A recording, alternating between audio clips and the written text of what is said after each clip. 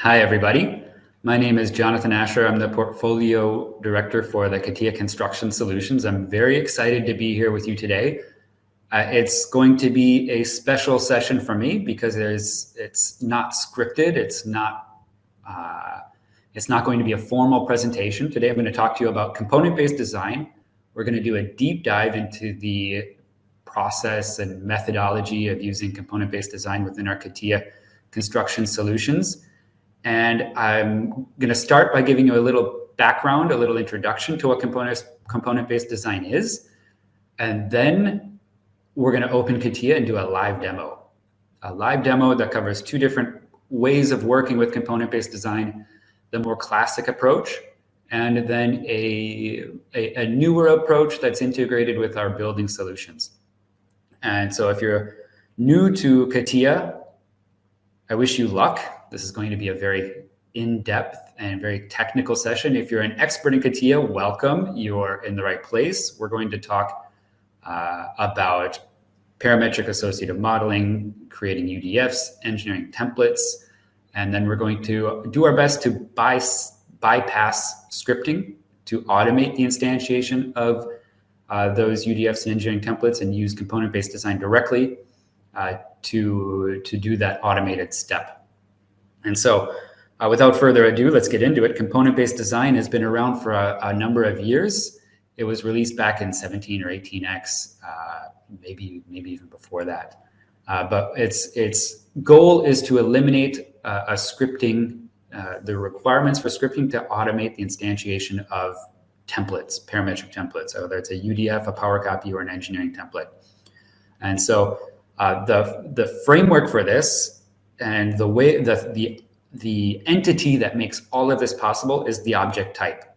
What is an object type? Well, it's a glorified resource table. It is a container that regroups either UDFs, power copies, engineering templates, design tables, rule checks, and product, all of that great parametric content into one place, and acts as an object in the database that can be recalled and instantiated anywhere in your model. And then there's a second step where you define the specification of this object type and you can instantiate automatically. So that's the overall concept is object type. The main point here is object type. You really need to be able to manage and take care of the object types. What is an object type? It can contain multiple levels of detail, multiple levels of development. They are AEC typed objects, so it's a wall, a door, a window, a bridge, a deck, anything like that. It has a number of attributes that are assigned to it. There's a resource table, and there's also little. You can get little warnings if things aren't done correctly. This is really important. If you are creating object types, you have three primary ways or three primary types of object types you can create. If you create a distribution type object type, you're going to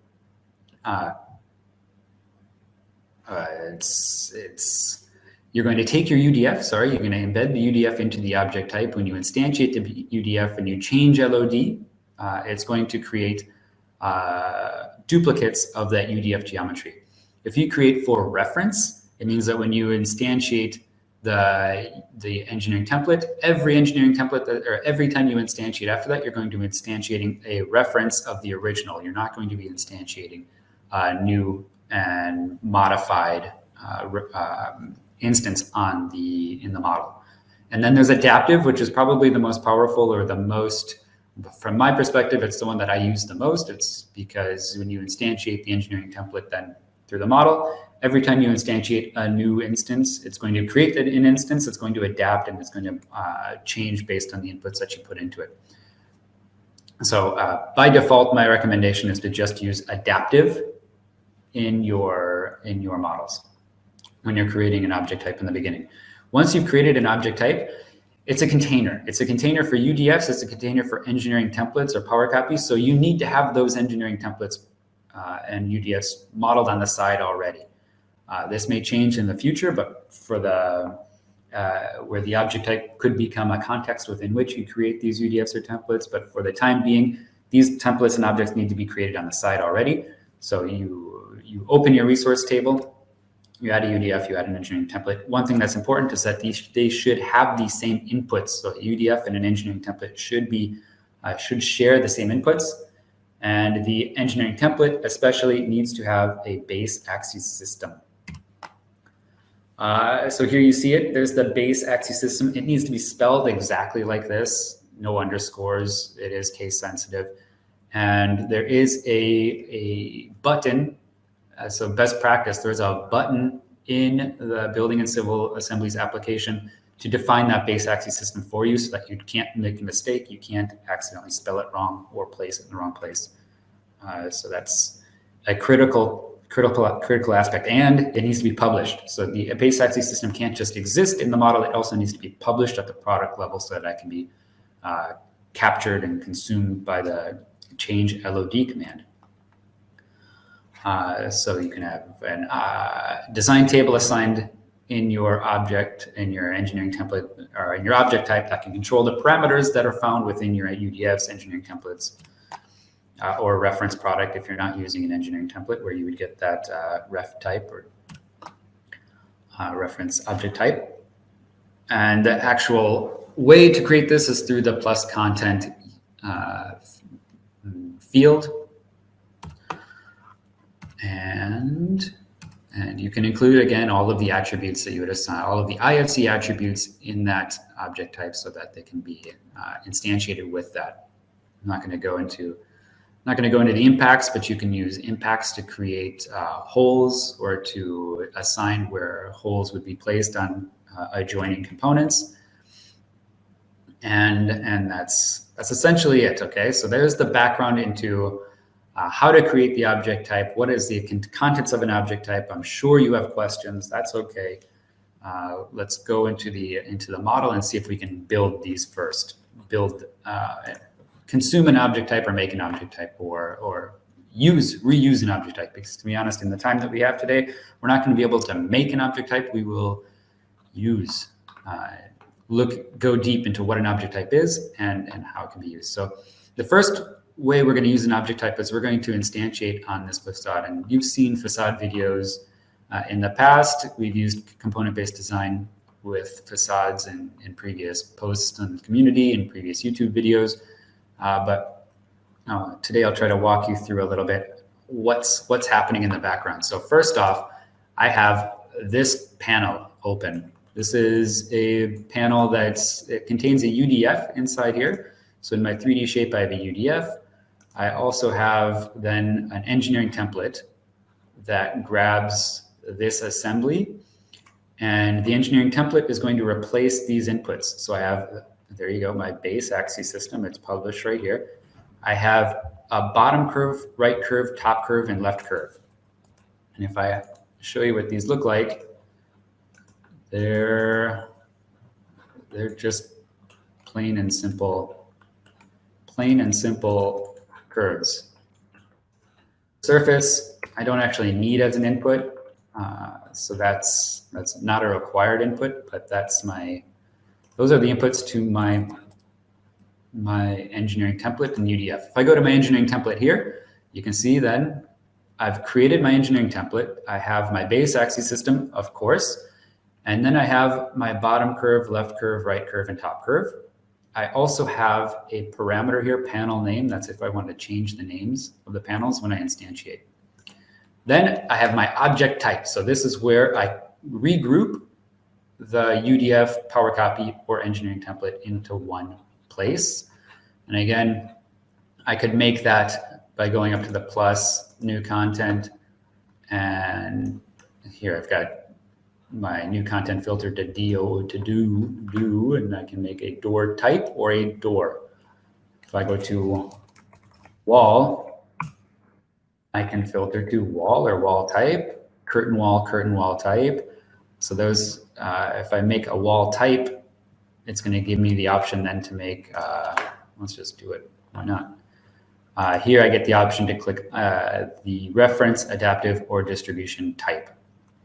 And remember, I like adaptive because it means they're always you can change based on the inputs, which is especially important for something like a wall or a curtain wall panel.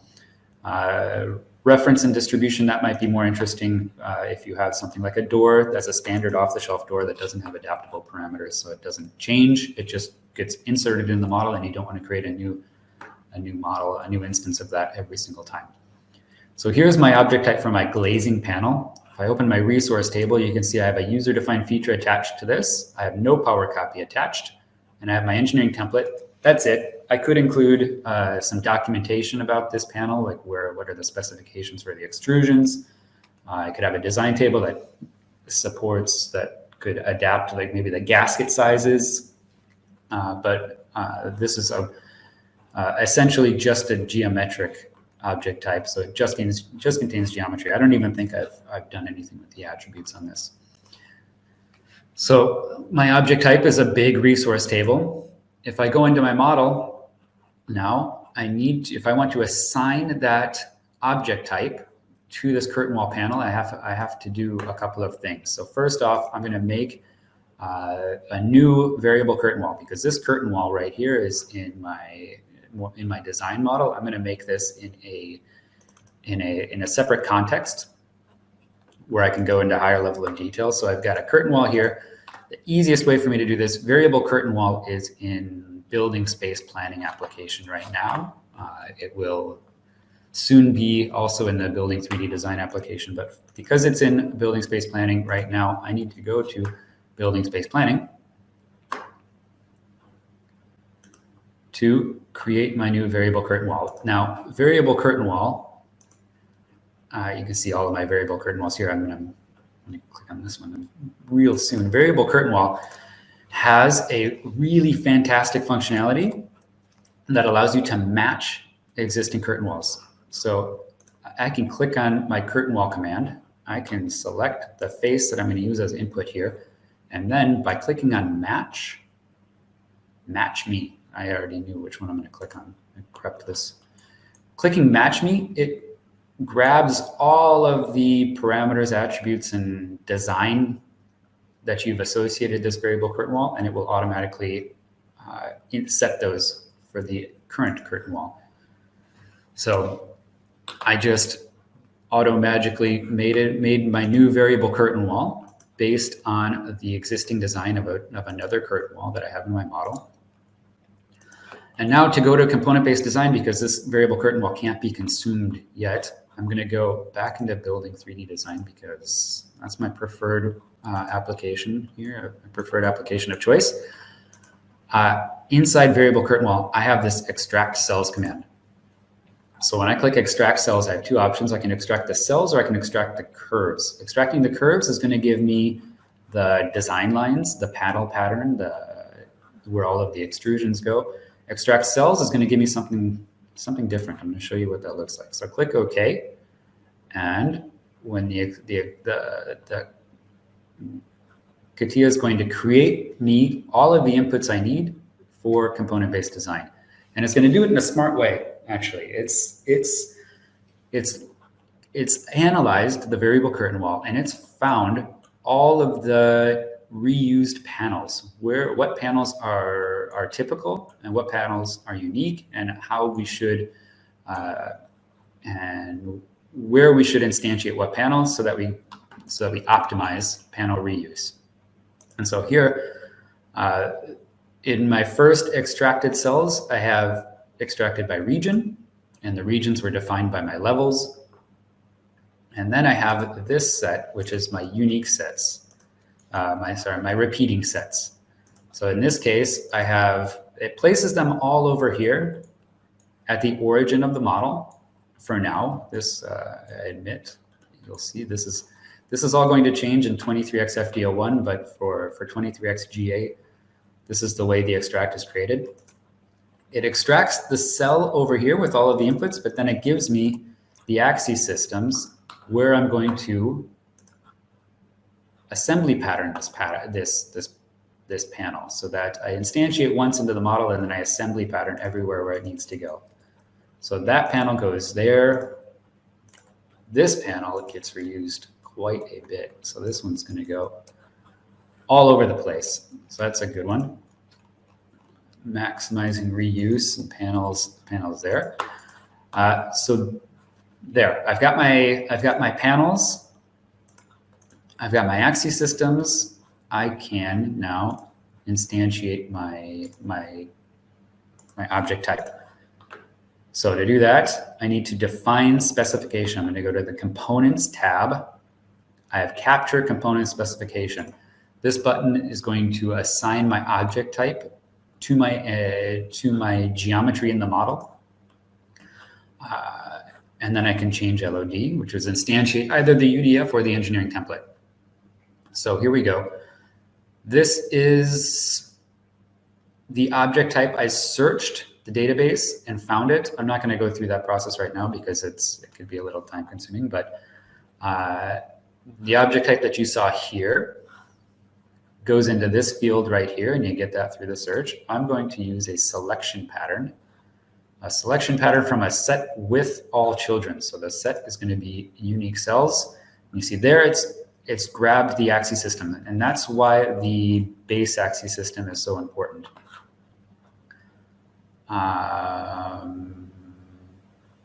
But I realized I've got to stop right here because I made a mistake. I've got 1, 2, 3, 4, 5, 6, 7, 8, 9, 10, 11, 12. This isn't going to work because this is going to instantiate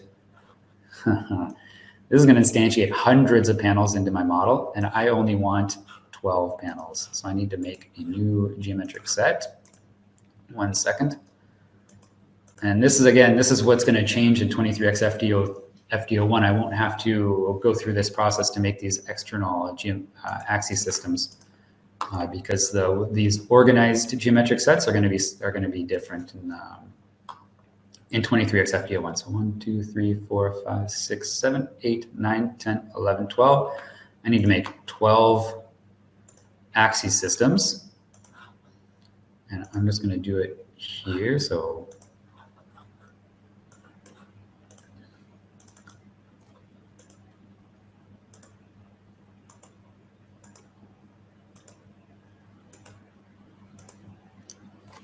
one, 2, 3, 4, 5, 6, 7, 8, 9, 10, 11, 12.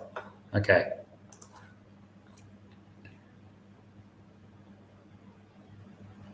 I only made 11.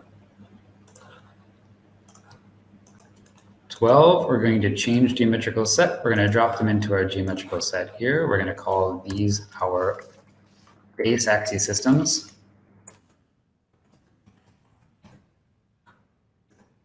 And now we're going to do our component-based design. So define component specification, selection pattern, and now we're going to use our base axis systems. The other reason it's important to go over here, and the reason I made these base axis systems at the origin, is because the inputs to this model are at the origin.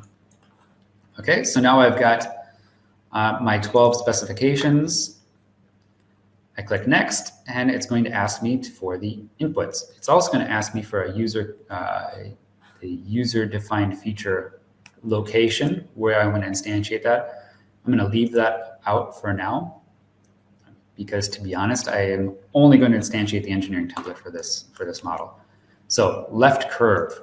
This is going to be a selection pattern, and again, I'm going to go to my unique cells now, and you see it's given me. Because my unique cell contains bottom edge, right edge, top edge, left edge, I only want the left edge. I can type in this little filtering. Oops, I didn't press the right button there because I didn't edit inputs.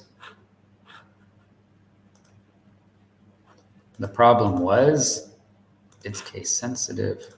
So let's type in left. There we go. Bottom edge, also case sensitive. BOTT will filter to bottom. Right, unique cells, RIG, and top. All right, so now I've got my left curve has been filtered to the left edges on all of my all of my inputs. Bottom, right, top. Great. Click OK. I can get rid of that error message because that isn't relevant anymore. And before I go to change LED, I thought I should probably give you one more little look at what is being created when I extracted the cells, because I glossed over it a little too quickly. What it's doing is it's giving you the cell surface. So it's creating a surface for you. Let's reframe on and go check it out for a minute. Let's hide the others so that you can see this one in particular. So it gives you the cell surface, curvature type 0. Curvature type 0 means it's a flat panel. If it was a curvature type 1, it would be cylindrical. If it was a curvature type 2, it would be conic. If it was a curvature type 3, it'd be double curved. It gives you the area. It gives you the bottom edge, top edge, right edge, left edge, and it gives you some attributes assigned to it as well, giving you the length, for example, for all of these, so that should you desire, you could go into tools, you could grab your exact link spreadsheet command. You could grab all of this geometry plus all of the attributes. You could move it into Excel. You could analyze the geometry. You could put it in a BOM. You could count the number of axis systems you have there, all to give you the very accurate quantity takeoff. Okay, so back where we were, we've defined component. We captured our component specification. You see that here in the tree. If we need to go back and make any changes to it, you can always edit that. Let's say, good point. Let's say now we want to add the destination for our UDFs. We'll put our panel UDFs here. Now if I go back and edit this, I can set my destination there. And the little light went from red to green. Okay. That's all fine and good. I can instantiate the UDFs. The problem is if I instantiate the UDFs, they're all going to go here on my base axis system. That's not super interesting. Instead, we're going to go to component, and we're going to go to our curtain wall to the product level and instantiate our engineering templates. So I'm at building space planning. I want to go to building and civil assemblies. At the product level, I've got component. I've got change level of development. Change level of development is going to instantiate my engineering templates. So I've got a couple of different options down here. Here I can select what panels I want to instantiate. Let's instantiate our first, just for the sake of performance and the sake of time, I'm only going to instantiate 1, 2, 3, 4, 5, 6 of them. 6 should give us the first, at least the first row down here. Now I'm going to expose my product. I could also upgrade clean. If I clean, that's going to remove anything that's been instantiated from the model. If I synchronize, that works with UDFs to synchronize the UDF if you make changes to it. Features, if I want to instantiate the UDF or the product, I can do both at the same time. I'm just going to do the engineering template, and I'm going to talk you through it because, as with anything, in CATIA, when you instantiate a product, it's going to take a little bit of time. In this case, it's an engineering template that contains five parts. It's going to create all of that geometry in the database. It's going to position it because it's got to input. It's got to change all of the inputs, relocate it, change the size, do all of that great fun stuff. Again, now I'm going to go through, I'm instantiating all of my curtain wall panels. They're all going to be put at the base axis system here. If I wanted to clean them, if they were in the wrong place, for example, now I could click clean instead of expose, click clean, click process, and it will remove all of them. Okay, so that didn't take all that long. Let's reframe on. I've got my 5 panels and they've all been instantiated here. Let's hide these and let's hide that 3D shape just for a minute to show you that I actually do have a panel in the model. And again, I'll say it one more time. I think it bears repeating. In 23X FD01, this is going to be slightly different. Those engineering templates will be instantiated in context. So I've got my first panel. And that thing, if I want to put it in the right place, I'm going to assembly pattern it. So assembly pattern is in assembly design.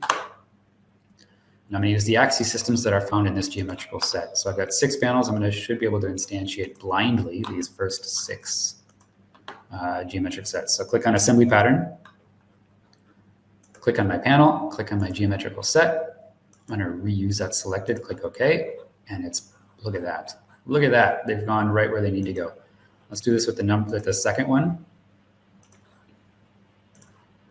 Look at that. It's working. Let's do this. Let's make it a little more impressive. Let's hide this so we can actually see what's going on. I want to hide my reference model too. And one last thing, let's turn off the axis system so they don't block our view. Okay, so panel number 3. Let's assembly pattern panel number 3.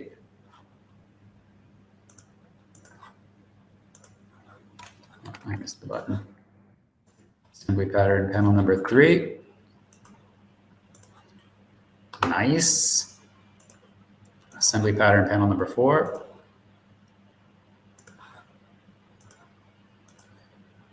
Very nice. And now our last, whoa, I've lost count.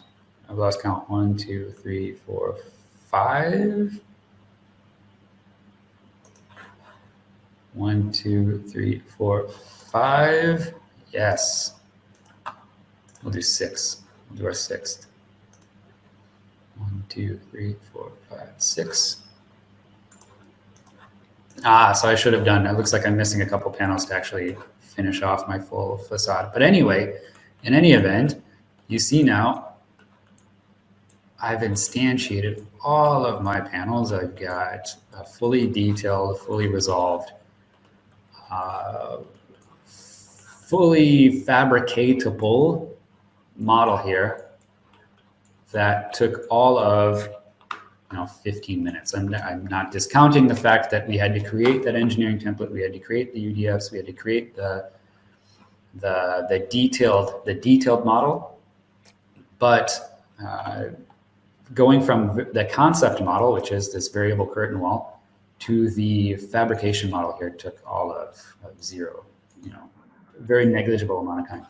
So that's how component-based design works in a facade context for a quick model like this. The last thing I wanted to show is how this can work at for something like the walls, which is a new way that we've implemented component-based design into these new features. And so in 23X, we believe it was 22X FDO2, we released this initially, but we're integrating this more robustly into 23X FDO1.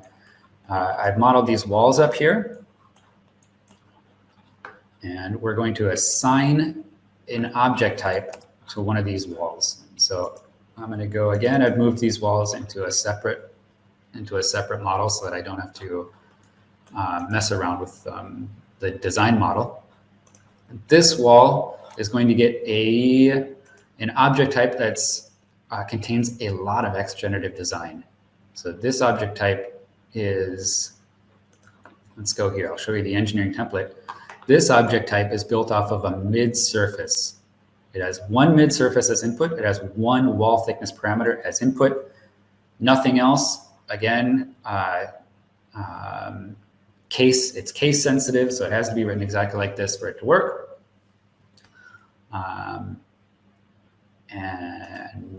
And so that's the engineering template. When I go to instantiate this guy, let me double click on my wall. You see I've got an option to assign an object type to this wall. I'm going to go through the search. It's going to search for object types that are wall object types because it knows it's looking for a wall. This one is right here. It's the very first one that shows up.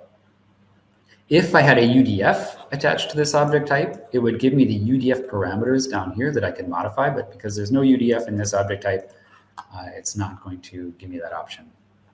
I should have actually specified in here, I want to automatically create this publication so that I don't have to do this on the side. So it's automatically created the publication. If it didn't, if I don't have that button, I have to go through and create the publication here. But I have it with me. That's great. Go back to building and civil assemblies. Change LOD. Now you can see my wall is here. Again, I'm going to instantiate the product.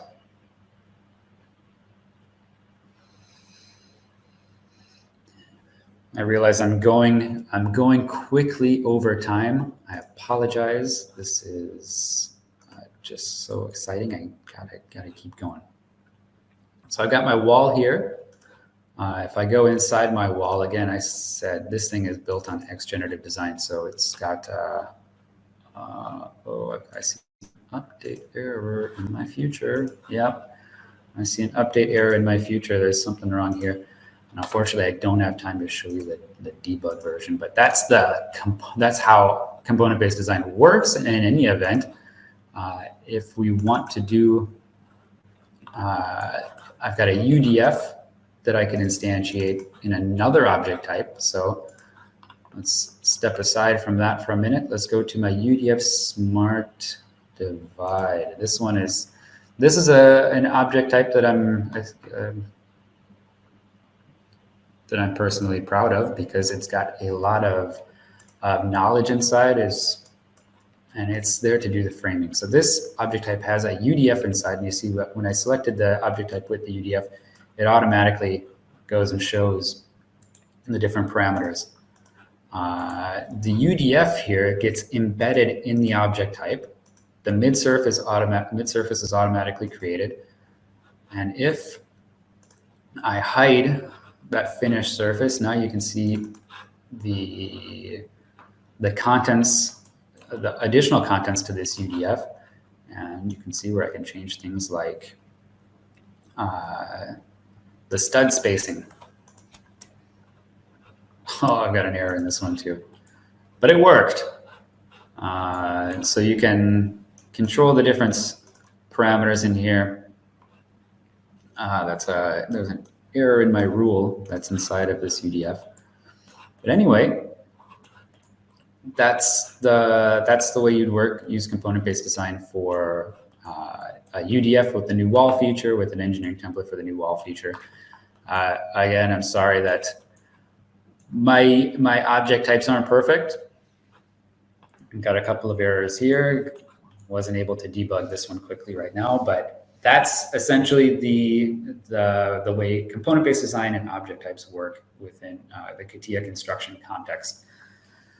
If you'd like more information, because I know this is only going to pique your interest, this isn't going to answer all of your questions, you can go to our community, the CATIA Building and Civil Building and Infrastructure community.